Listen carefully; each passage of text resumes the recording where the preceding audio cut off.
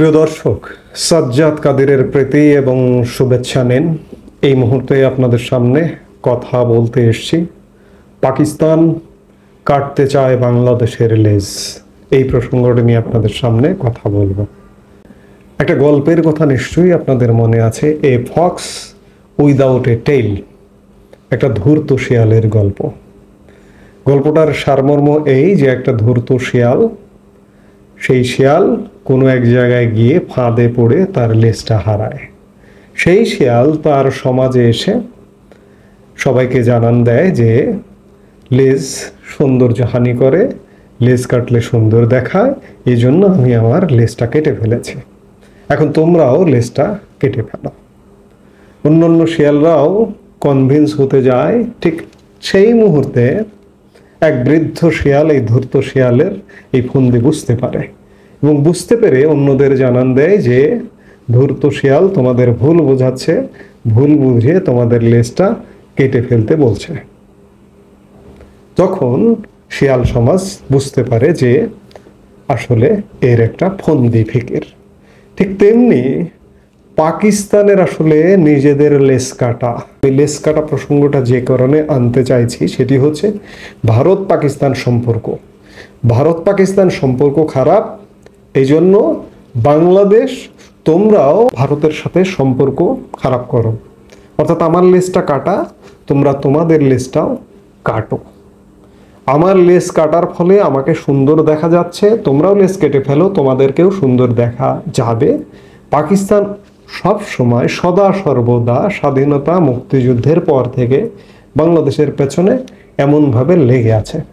কিন্তু গত 16 বছর আওয়ামী লীগ সরকার সেই বৃদ্ধ শেয়ালের ভূমিকায় অবতীর্ণ হয়ে আমাদের শেয়াল সমাজকে বুঝিয়েছে যে পাকিস্তান হচ্ছে ধূর্ত, এর ধূর্ততার ফাঁদে পা দিও না, পা দিলে তোমাদের লেজটা মাঝখান থেকে কাটা যাবে। এই জন্য আওয়ামী লীগ সরকার ভারতের সাথে সম্পর্ক খারাপ করেনি, অর্থাৎ পাকিস্তানের লেজ কাটা, লেজটা ভারতের সাথে কাটতে যায়নি। দেখুন, কিচ্ছু না, আপনি শুধুমাত্র এই যে ম্যাপটা একটু দেখুন, আমাদের সাবকন্টিনেন্টের ম্যাপটা স্ক্রিনে দেখুন। এই যে ম্যাপটা দেখছেন, এখানে বাংলাদেশের অবস্থানগত দিকটা ভারতের সাথে কি আর পাকিস্তানের অবস্থানগতটা কি একটু দেখুন। পাকিস্তান পশ্চিম সীমান্তের ঘেঁষা একটি দেশ, আর বাংলাদেশ চতুর্পাশ দিয়ে ঘেরা। ভারতের ম্যাপে দেখতে পাচ্ছেন আপনারা। আপনি যদি একটা শিশু হন, আপনি কিচ্ছু বোঝেন না, ভূ রাজনীতি বোঝেন না, কূটনীতি বোঝেন না, কিচ্ছু না, আপনি যদি এই ম্যাপটার দিকে একটু যদি তীব্রভাবে তাকিয়ে থাকেন, তাহলেও আপনি পাকিস্তানের বুদ্ধিতে অন্তত পক্ষে লেজ কাটতে যাবেন না। কিন্তু সময়ে সময়ে পাকিস্তান সেই ধূর্ত শিয়ালের মতো সফল হয়েছে। নতুন করে গত 9 মাস যাবৎ আওয়ামী লীগ সরকারের পতনের পর 2024-এর 5 আগস্টের পর থেকে পাকিস্তান বাংলাদেশের সাথে আবারও সেই ধূর্ত শিয়ালের ভূমিকায় অবতীর্ণ হয়েছে যে আমি লেজ কেটেছি সৌন্দর্যের জন্য, তোমরা এবার তোমাদের লেজটা কেটে ফেলো। সেই লেজ কাটাবারই একটা ষড়যন্ত্র দীর্ঘদিন ধরে জারি রেখেছে, জারি রাখছে। আরও দেখুন, আমি খুব বিস্তারিত এত দীর্ঘ বক্তব্যে যাব না, আমি সংক্ষেপেই বলি। আপনি ভারত এবং বাংলাদেশের সম্পর্কটা অর্থনৈতিক, বাণিজ্যিক, কূটনৈতিকভাবে, আমি বিশেষ করে বাণিজ্যিক এবং দু দেশের জনগণের সম্পর্কটা আমি একটা বছরের একটু পরিসংখ্যান তুলে ধরতে চাই, তাহলেই আপনারা পরিষ্কার হবেন যে ভারত এবং বাংলাদেশ কতটা সম্পর্কযুক্ত। আজকে আওয়ামী লীগ সরকার চলে গেছে, সেই বৃদ্ধ শিয়াল, যে শিয়াল লেজ কাটা থেকে বাঁচিয়েছিল, সেই ভূমিকায় ছিল আওয়ামী লীগ। আওয়ামী লীগ এখনো আছে, আওয়ামী লীগ প্রাসঙ্গিক, কিন্তু আমরা যারা সাধারণ মানুষ, আওয়ামী লীগ যেহেতু সরকারে নেই, ক্ষমতায় নেই, দেশের জনগণের কাছে আমাদেরই সেই বৃদ্ধ শিয়ালের ভূমিকায় অবতীর্ণ হতে হচ্ছে, এই জন্য যে বোঝাতে হচ্ছে মানুষকে যে হে মানুষ, তোমরা বোঝো যে পাকিস্তানের যে লেজ কাটা ভারত বিষয়ে বাংলাদেশ তোমরা লেজ কেটো না। কি কি কারণে কেটো না দেখুন। ভারত বাংলাদেশ 1 বছরের একটু পরিসংখ্যান দেখুন, বা কিছু কিছু বিষয়। এই যে সাম্প্রতিক সময় 2 দিন আগে কাশ্মীরের যে পহেলগাঁওয়ে যে হামলা হলো, হামলার প্রেক্ষিতে ভারত পাকিস্তানের উপরে কিছু নিয়ন্ত্রণ আরোপ করেছে, কিছু পদক্ষেপ নিয়েছে। এর মধ্যে একটি অন্যতম পদক্ষেপ হচ্ছে আটারি ওয়াঘা সীমান্ত বন্ধ করে দিয়েছে, যেটি পাকিস্তানের সাথে ভারতের স্থলবন্দর একটি মাত্র।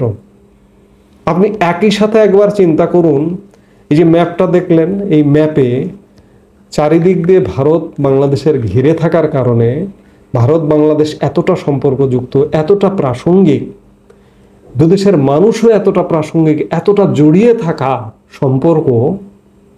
বাংলাদেশ ভারত দু দেশের স্থলবন্দর প্রস্তাবিত সহ 25টি আছে। টেকনাফ স্থলবন্দর মিয়ানমার সহ মোট 26টি স্থলবন্দরের মধ্যে 25টি স্থলবন্দর আছে, এর মধ্যে 16টির কার্যক্রম আছে। আপনি এই জায়গায় পার্থক্যটি দেখুন, পাকিস্তানের সাথে এবং পাকিস্তান আফগানিস্তান মিলিয়ে দু দেশের পণ্য আসা যাওয়া করে, যাত্রী পরিবহন হয় একটি মাত্র আটারি বন্দর, আর বাংলাদেশের সাথে 16টি বন্দর দিয়ে পণ্য এবং যাত্রী পরিবহন হয়। তাহলে বুঝুন সম্পর্কটা কেমন। আপনি এক বছরের পরিসংখ্যান যদি দেখেন, 2023-24 অর্থ বছরের পরিসংখ্যানের কথা আমি বলবো, ভারত পাকিস্তান এবং পাকিস্তান আফগানিস্তান ভারত মিলিয়ে এই আটারি স্থলবন্দর দিয়ে পণ্য রপ্তানি আমদানি রপ্তানি হয়েছে মাত্র 3888 কোটি টাকার, এবং যাত্রী পরিবহন হয়েছে 71,563। অর্থাৎ ভারত এবং পাকিস্তান এই আটারি স্থলবন্দর দিয়ে, একটি মাত্র স্থলবন্দর দিয়ে যাত্রী যাতায়াত করেছে। এটি ধরুন আকাশপথ মিলিয়ে ধরুন 1 লক্ষ যাত্রী যাতায়াত করেছে। আবার যে ব্যবসাটা হয়েছে আকাশপথ মিলিয়ে ধরুন এটা 3888 একটা বন্দর দিয়ে, এটি ধরুন যে 5,000 কোটি টাকার হয়েছে। কিন্তু একই সময়ে 2023-24 অর্থ বছরে বাংলাদেশের সাথে ব্যবসা কি হয়েছে সেটি একটু দেখুন। যে বাংলাদেশের সাথে বাংলাদেশ 2023-24 অর্থ বছরে পণ্য আমদানি করেছে 900 কোটি মার্কিন ডলারের, আর রপ্তানি করেছে 156 কোটি মার্কিন ডলার। অর্থাৎ দু দেশের আমদানি রপ্তানি বাণিজ্য হয়েছে 10.56 বিলিয়ন ডলার। যাত্রী পরিবহন হয়েছে একই সময়ে 20 লক্ষাধিক। আপনি ধরুন একটা শিশু, আমি বারবারই বলি শিশু, আপনি কিচ্ছু বোঝেন না, কিচ্ছু জানেন না। পাকিস্তানের সাথে $500 বিলিয়ন ব্যবসাও হয়নি পাকিস্তান ভারত। বাংলাদেশের সাথে ব্যবসা হয়েছে 10.56 বিলিয়ন ডলার। পাকিস্তান ভারত যাত্রী পরিবহন 1 লক্ষও হয়নি, ধরুন 1 লক্ষ হয়েছে আকাশপথ মিলিয়ে। আর বাংলাদেশে যাত্রী পরিবহন, ভারত বাংলাদেশ যাত্রী পরিবহন হয়েছে 20 লক্ষাধিক পাসপোর্টধারী যাত্রী এক দেশ থেকে আরেক দেশে যাতায়াত করেছে। এই ছোট্ট একটি পরিসংখ্যান থেকেই আপনি বুঝতে পারছেন। আপনি এটি বোঝার জন্য আপনি আমাদের এই সাবকন্টিনেন্টের ম্যাপটা সামনে নিন এবং এই পরিসংখ্যানটা একটু বুঝুন যে ভারত এবং বাংলাদেশ একে অপরের সাথে কতটা সম্পর্কযুক্ত, কতটা নিবিড় সম্পর্কযুক্ত। শেয়ালের লেজ কাটা এসে বলছে যে লেজ অসুন্দরের কারণ, আমার লেজ নেই, তোমার লেজটাও কেটে ফেলো। আজকে বাংলাদেশের সাথে পাকিস্তান কিন্তু সেই ভূমিকায় অবতীর্ণ হয়েছে, এবং বাংলাদেশের এই মুহূর্তের প্রেক্ষাপটে কিন্তু তেমনটাই। আমি ঠিক আজকের ইমিডিয়েট আগের ভিডিওটাতে বিষয়টি উল্লেখ করেছি, তারপরেও বলি, এই যে দেখুন ভারতের জম্মু কাশ্মীরের পহেলগাঁওয়ে এত বড় একটা জঙ্গি হামলা হলো। এই জঙ্গি হামলাটি সারা পৃথিবীকে নাড়া দিয়েছে। ভারত পাকিস্তান যুদ্ধ অবস্থা বিরাজ করছে, নানা রকম নিয়ন্ত্রণ আরোপ শুরু হয়ে গেছে। সারা পৃথিবী মঙ্গলবার দিন হামলা হলো, মঙ্গলবার দিনই বিবৃতি দিয়েছে। সেটি মার্কিন প্রেসিডেন্ট ডোনাল্ড ট্রাম্প থেকে শুরু করে চীনা প্রেসিডেন্ট শি জিনপিং সবাই। কিন্তু বাংলাদেশ দেখুন সেই লেস কাটা পাকিস্তানের সাথে তালে মিলিয়ে বিবৃতি দিল কবে? প্রায় একদিন পরে। বাংলাদেশের পররাষ্ট্র মন্ত্রণালয় একটি বিবৃতি দিয়ে এই ঘটনার নিন্দা জানিয়েছে এবং একই সাথে তার কিছুক্ষণ পরে, ঘণ্টাখানেক পরে, প্রধান উপদেষ্টার পেজ থেকেও একটা বিবৃতি দিয়ে নিন্দা জানানো হয়েছে। অর্থাৎ বাংলাদেশ সেই ধূর্ত শিয়ালের পাল্লায় পড়েছে। বাংলাদেশের মানুষের বুঝতে হবে যে ভারতের সাথে আমাদের যোগাযোগটা অত্যন্ত নিবিড়। শুধুমাত্র হিন্দুত্বের ধোঁয়া তুলে যোগাযোগ বিচ্ছিন্ন হওয়া বা মুসলিম ধোঁয়া তুলে যোগাযোগ বিচ্ছিন্ন হওয়া, এটি কিন্তু আজকের পৃথিবীতে বড্ড বেমানান, আজকের পৃথিবীতে বড্ড পিছিয়ে থাকার একটি নজির। আমরা আশা করব যে বাংলাদেশের মানুষ বুঝতে চেষ্টা করবে। আজকে আপনি মুসলিম, আপনার জন্ম কোথায় হয়েছে? প্রথমত আপনি মানুষ হিসেবে জন্ম নিয়েছেন, তারপর যখন আপনি একটু বুঝতে শিখলেন, একটু বড় হলেন, তখন বুঝলেন যে আপনি একটা মুসলিম ঘরে জন্ম নিয়েছেন। অর্থাৎ মানুষের আবার ধর্ম থাকে। আজকে তো আপনি হিন্দুর ঘরে জন্ম নিতে পারতেন, তাহলে কি করতেন?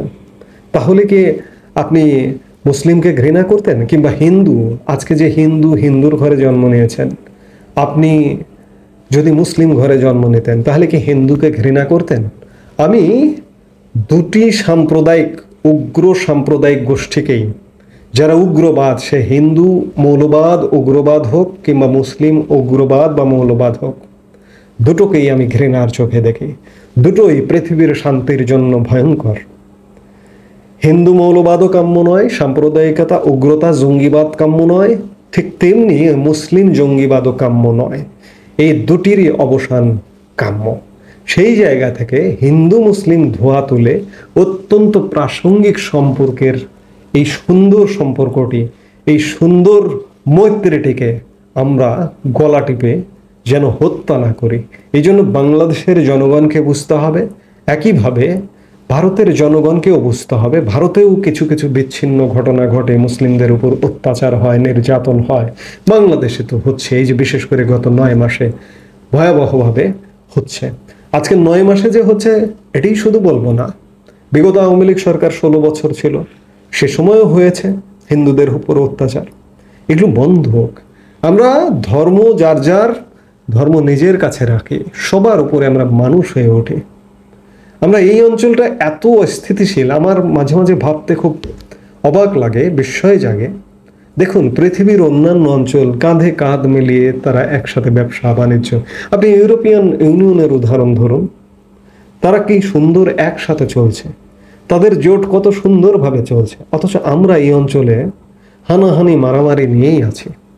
বাকি বিশ্বের সাথে যদি আমাদের পাল্লা দিয়ে চলতে হয়, আমাদের ভূ রাজনৈতিক চিন্তা চেতনা, আমাদের এই অঞ্চলের মানুষের চিন্তা চেতনার পরিবর্তন ছাড়া আমরা আসলে বাকি বিশ্বের সাথে যত কথাই বলি, ফাইট দিয়ে টিকে থাকতে পারবো না। এই জন্য আমাদের ঐক্যের প্রয়োজন। আমাদের এই যে লেস কাটা নীতিতে বিশ্বাসী না হয়ে এসব নীতি থেকে বের হতে হবে। আমি আলাপটি শুরু করেছিলাম যে পাকিস্তান কাটতে চায় বাংলাদেশের লেস। বাংলাদেশের এই লেস কাটার ফাঁদে পা দেওয়া যাবে না কোনোভাবেই। এই মুহূর্তে এ পর্যন্তই। সবাই ভালো থাকুন, সুস্থ থাকুন। আমাদের ভিডিওগুলো নিয়মিত পেতে সাবস্ক্রাইব করুন Sajjad Kadir and the legends YouTube channel এবং লাইক, কমেন্ট, শেয়ার করে সাথে থাকুন।